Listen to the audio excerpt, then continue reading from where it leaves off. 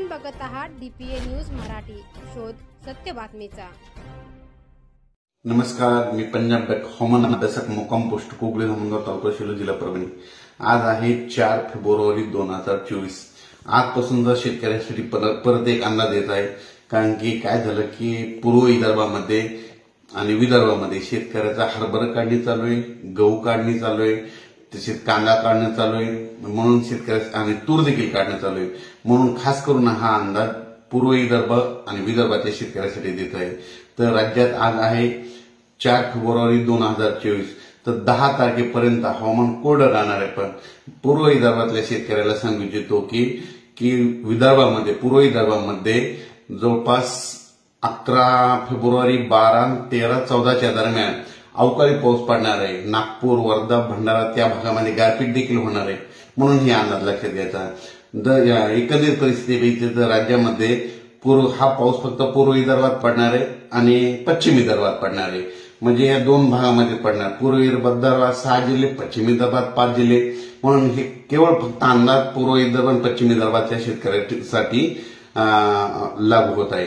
म्हणून सर्व शेतकऱ्यांना सांगू इच्छितो की पूर्व विदर्भामध्ये सांगायचं झालं तर 11, 12, 13, 14 फेब्रुवारी दरम्यान नागपूर, वर्धा, भंडारा, गोंदिया, चंद्रपूर या भागामध्ये काही ठिकाणी गारपीट देखील होणार आहे, म्हणून हे अंदाज लक्षात घ्यायचा।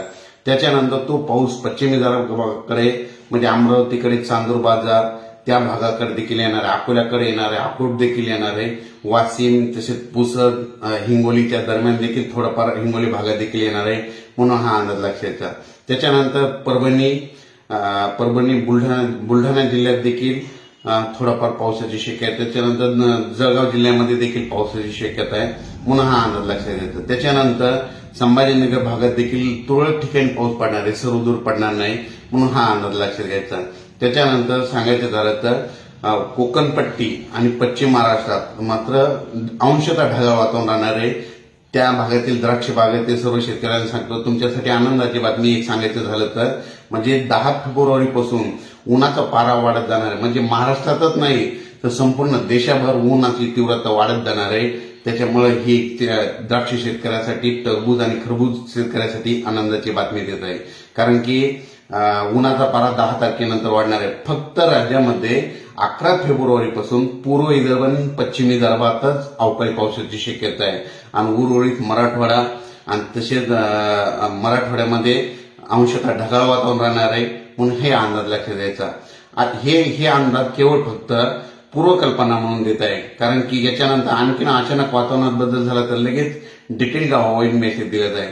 पण तरी पण पूर्व विदर्भातल्या वर्धा, नागपूर, भंडारा, गोंदिया, अमरावती या चांदूर बाजार या शेतकऱ्यांनी काय करायचं, आपली तूर, गहू असेल तर झाकून ठेवण्याची तयारी ठेवायची, कारण की 11 ते 14च्या दरम्यान त्या भागामध्ये अवकाळी पाऊस येणार आहे, म्हणून ही अंदाज लक्षात द्यायचा।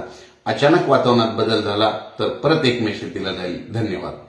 ताज्या घडामोडी व अपडेट जाणून घेण्यासाठी आताच डीपीए न्यूज चॅनलला सबस्क्राइब करा आणि बेल आयकॉन क्लिक करायला विसरू नका।